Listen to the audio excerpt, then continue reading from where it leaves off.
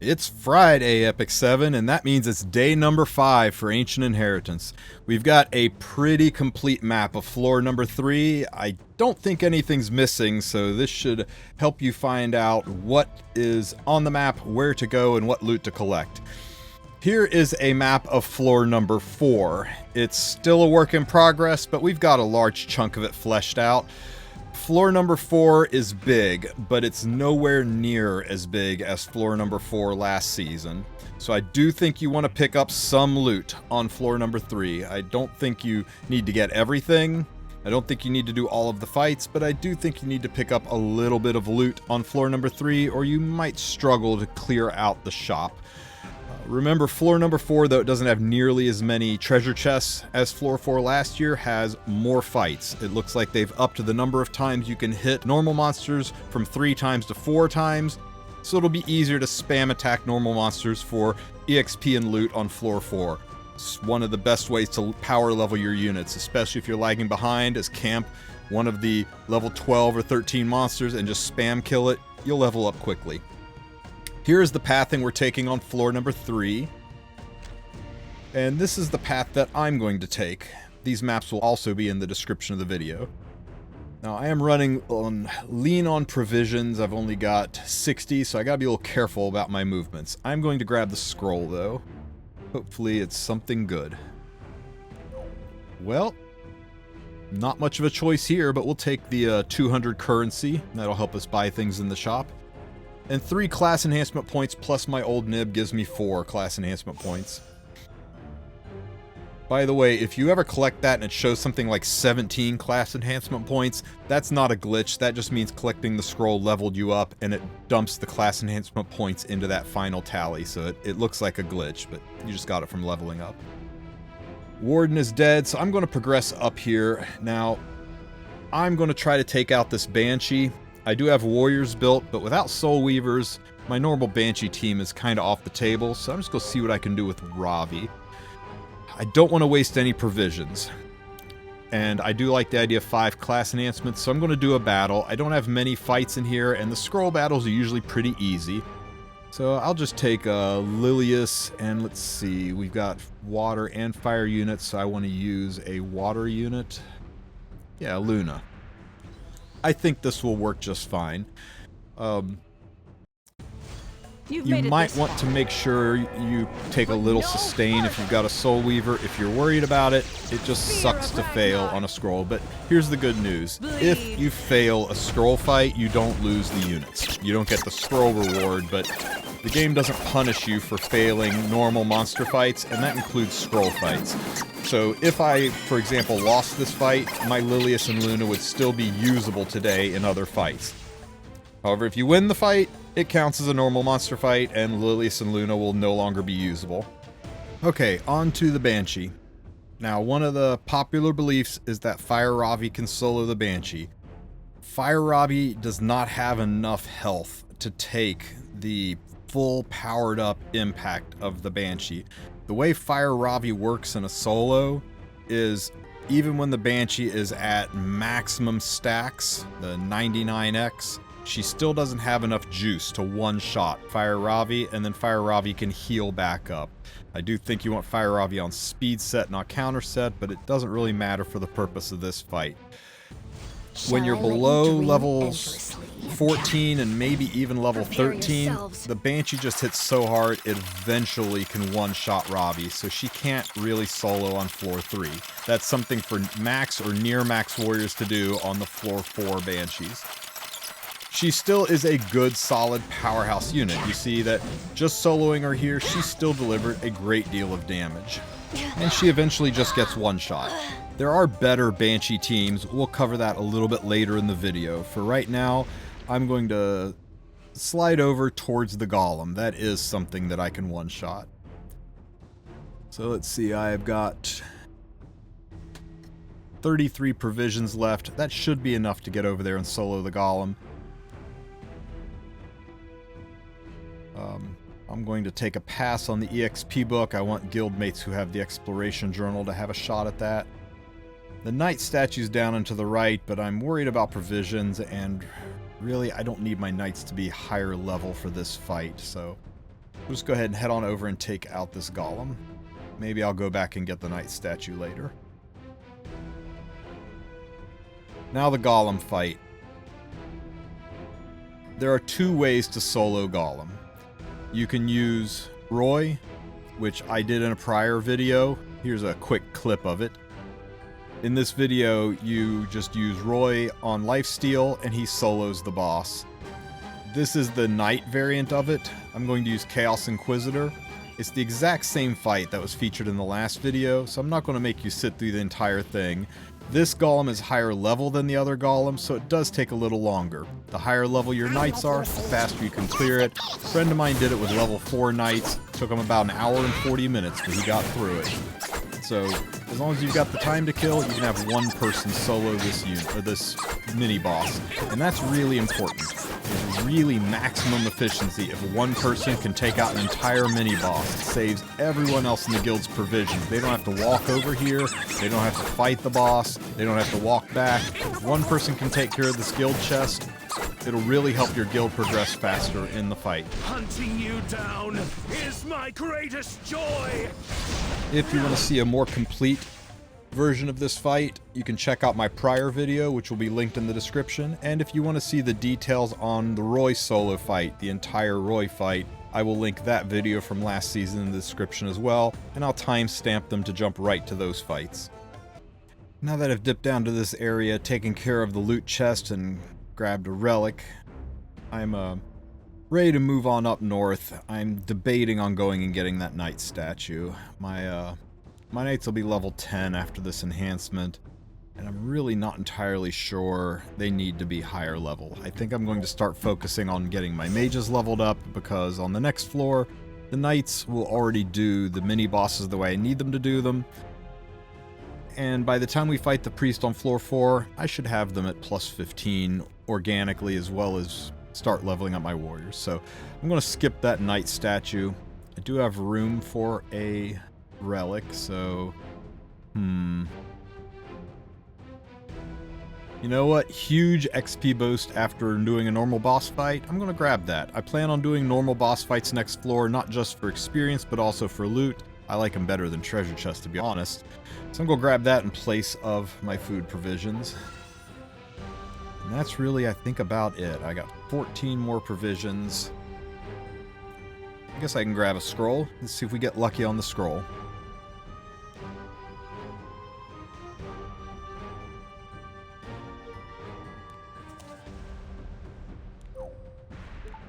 I guess we're taking some more provisions. Man, I'd like to find more of these. Provisions it is, and that gets me enough to get right up to the Warden fight, but not enough to hit the Warden, but that's okay. Blue and gold teams are not supposed to hit the Warden. We got 24 other people hitting the Warden, so it should be cleared pretty quickly. In fact, it's down to just a little bit of health. Now we jump over to the gold team, where Divine, Byakko, and Okami are tackling the ancient defense machines. Now this was an especially difficult fight for Byakko because he chose thieves, which don't have a lot of AoE units. Alright, Byakko, hit it. I got you back.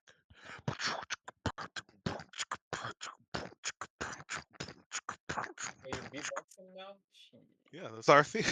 It's the meme for our theme. It's Arby's. We have the meats. Oh, you can show. You can click them here, right? Oh, artifacts and stuff? Yeah. Sure. Why did we bring green in the fire, though? We just need the AoE. Gotcha. Oh, okay. Gotcha. All right. Now I see what's happening. Holy light. Now what's difficult about this is the small defense machines have 106 health, and the tower artifact only does 100 damage, so you can't use the tower artifact to cheese the fight. You've got to take multiple AoE units. Imagine if Charon could have Betty Mars Tachi. That'll make this so good. Oh yeah, I forgot about this dude. Yeah, Full Moon's Trophy means we're gonna get What Yeah. Divine's talking about is the artifact Full Moon Festival Champions Trophy. It heals your teammates by a certain percentage every time you kill a unit on the enemy team. So it turns any unit on your team into a healer. So we're pulling in lots here since he has such a long duration on his buffs. It'll keep Kairon constantly doing his AoEs even when he loses the attack buff. This should help me. This should help Vildred. Okay. Yeah, it will also help the Green Village push up. The reality is that thieves are very difficult to run in this fight. Sadly, RB becomes useless now. It's fine. I mean, he'll be useful again in like 5 turns. Byakko does pretty good, but eventually the Ancient Defense machines do take a turn, they explode, and they end the run with a disappointing score. Now this is something not enough guilds do, in my opinion. Ancient Inheritance is guild-based PvE. It's a great time to work together with your guilds. Jump into a Discord call, share your screens, strategize, come up with ideas. Enjoy it. Enjoy making new bonds with your guildmates and forging teams together. It really does enhance the entire event. So almost every guild has their own Discord. Great opportunity to do that. Don't miss out on that chance. Now, just when Byakko was feeling down in the dumps about picking thieves, we send him away from the Ancient Defense machines and up to fight the Banshee, and he puts together a freakishly good Banshee team. It's effectively the same as the Warrior team, 3 Soul Weavers and a damage dealer, but he chooses Baiken. And Baiken, as a damage dealer in this, is pretty good. Her bleed explosions break the barrier pretty well, and she does a lot of damage. In fact, this is one of the better Banshee teams we've seen this Ancient Inheritance. So the fundamentals of this team are 2 to 3 Soul Weavers who can CR push and an attack buffer. Amelia would be better in this situation, but she's already been used, so we're going to use Sinful Angelica. And of course, a DPS unit. Go, go, Byakko, go, go, Byakko, go, go, Byakko. Are you recording? Should be fun. I hope he isn't. Yep, I'm recording. Why already? I wanted the bleed, but That's right, Divine. Your goofiness is on YouTube forever. I wanted the blind. Now, as I said before, this is the same format as the Warrior team. If you want to see the entire Warrior team, that was done in a prior video as well as last season, so I will put a link in the description to that video, so if you want to watch the entire front to back Warrior team and how it defeats the Banshee, you can just check the link in the description. If it's managed well and if the units are high enough levels, it can even be a full clear. I've full cleared with that team many times in the past. I think it's one of the better Banshee teams out there until you hit max level warriors. But even with thieves, Byakko pulls off almost 1.2 million in a single run, which is crazy good. In fact, it's so good that one more player coming along is able to finish off the Banshee. So all in all, we dropped this level 3, or I should say this floor 3 mini-boss with just 3 attacks. My crummy little Fire Ravi solo, Byakko's Thief team, and one more person rolling in at the tail end using the Warrior team, detailed in the video description. Now we jump back to the Ancient Defense machines where we have Okami hitting them, hopefully for the last time. They've been weakened quite a bit by Divine and Byakko, mostly by Divine, but ideally we run what I think is one of the better floor 3 Ancient Defense machines, especially since we can't cheese it. Batiste is a machine in this fight. When there is an attack break on the target, Batiste will, when he attacks with his S1, he gets a follow-up AoE attack. And all we need is a secondary AoE unit. Kitty Clarissa, surprisingly, will dual attack with Batiste. Batiste has higher attack than Luna in this. You saw he has 3,500 attack versus Luna's 3,400 attack. Now, Luna is going to get the attack buff from Benimar's Tachi, but that only procs on her turn, so she shouldn't have attack buff in between turns. Luna's passives would be reflected in the stats, so I think we will be able to soulburn Luna with the attack buff into the Ancient Defense machine, or into the main boss machine, while we're able to do AoEs with Batiste, and Kitty Clarissa as a backup AoE with her S2. Oh god. I was like, we could play it off. Sorry. I'm taking you on a bank with me. You're terrible. French people.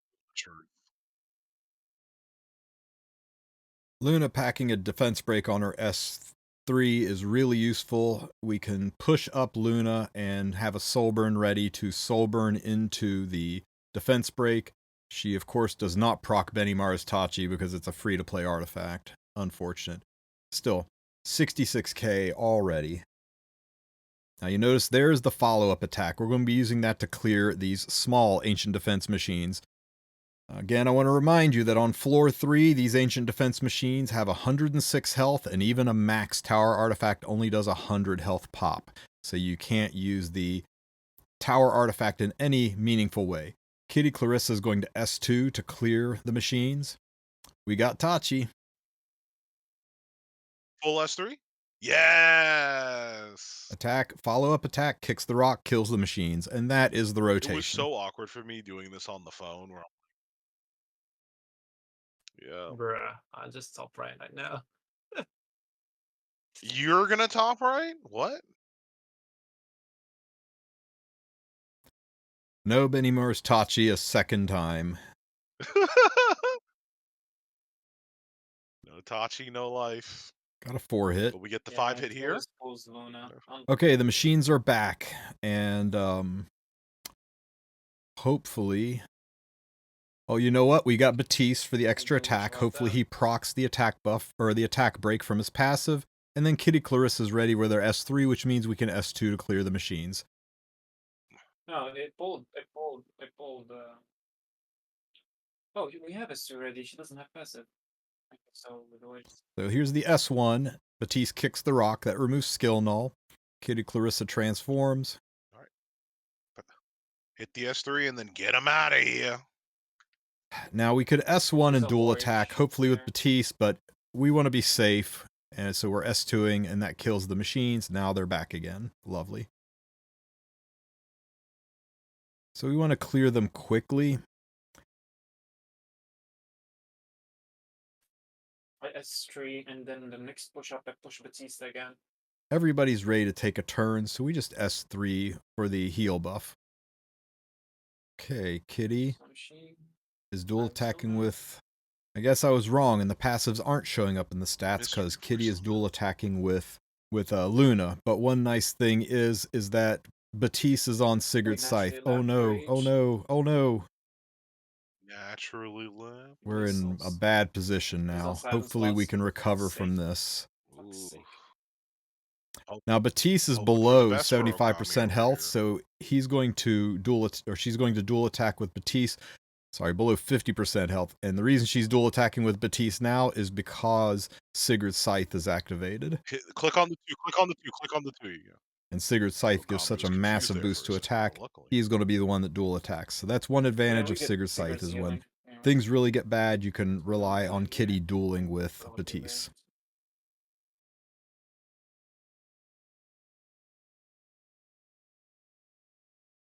So we're going to push up Batiste. We did proc the passive attack break, so he will AoE with his S1.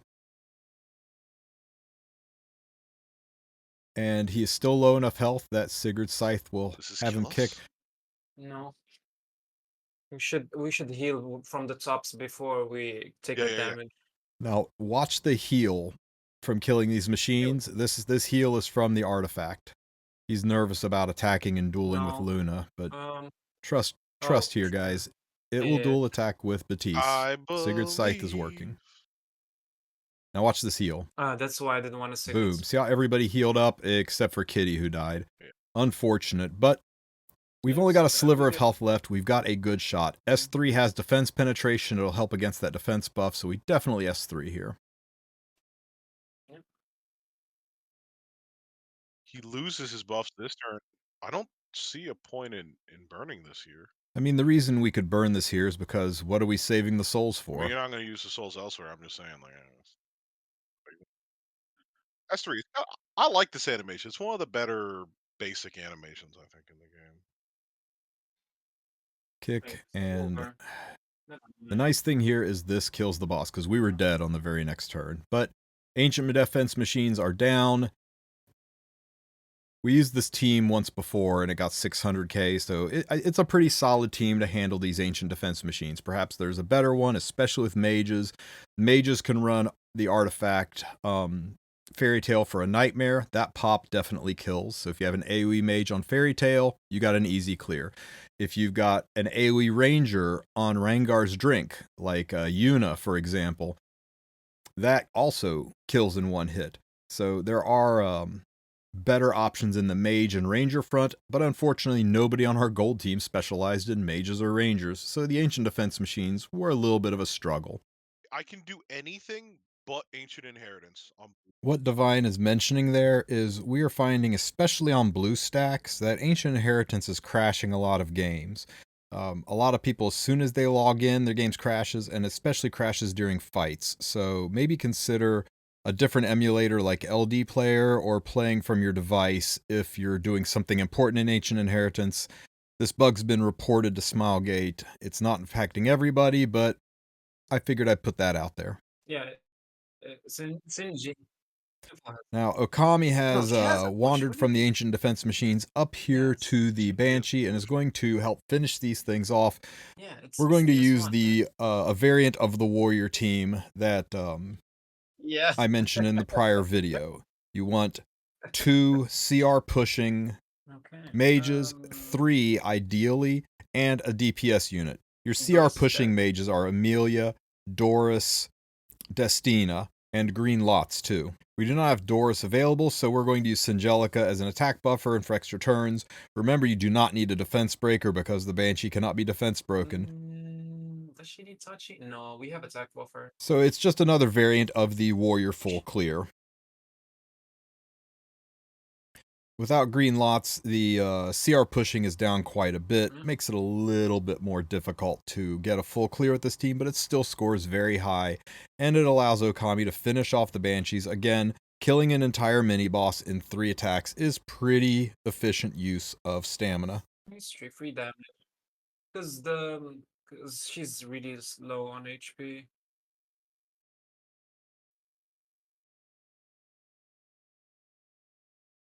One stack. Yeah. But we she's gonna push up.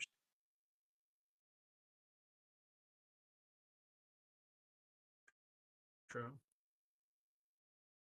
I'm just fishing for attack downs. Do I burn for the attack down? Nah, you don't need to burn for the attack down. It's not that important. The attack down, the reason he wants it is a debuff to activate the rage set. How many turns? Oh, it's one turn. Yeah, you're right. We're gonna S3 with attack up, I think. Yeah, you especially don't use the S3 on Lorena when you're attack downed.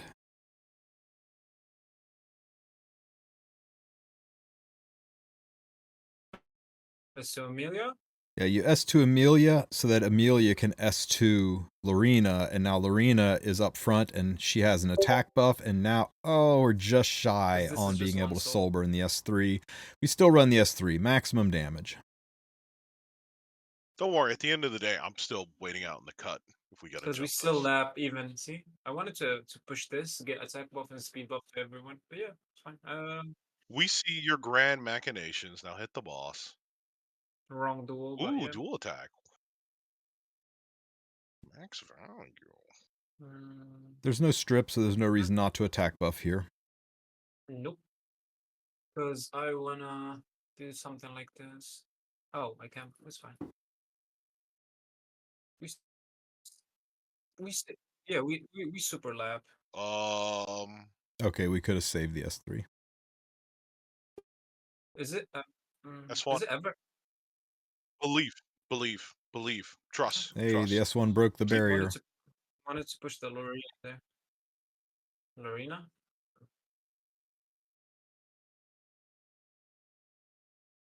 Yeah, why not burn? Guarantees the attack buff. Well, it doesn't guarantee it, but it pushes up to 100% chance. And we really like to have a debuff on the Banshee when we're running rage set. S2. You're on S1.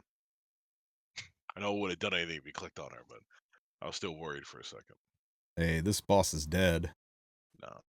Oh, it's close. Oh, the follow-up turn. Yeah, yeah. Bam. Sinji got the kill. All right, let me head in. And that's all we have today for floor number 3 of Ancient Inheritance. Join us tomorrow where we'll be fighting the priest and pushing on to floor number 4. If you have any questions, go ahead and ask them in the comments section. I'm doing my best to keep up with it, but my schedule's real busy right now, so don't take it personal if I miss your DMs. Just ping me multiple times if I seem to have ignored you. Jump in the Discord, great and helpful community. They'll be able to help answer your questions as well. We still have room in a couple of guilds if you're looking for a new home. It's getting a little late for Ancient Inheritance, but it's never too late to get yourself into an active and friendly guild. And as always, if you like these videos, hit that like button, ring that bell, and smash subscribe right in the face.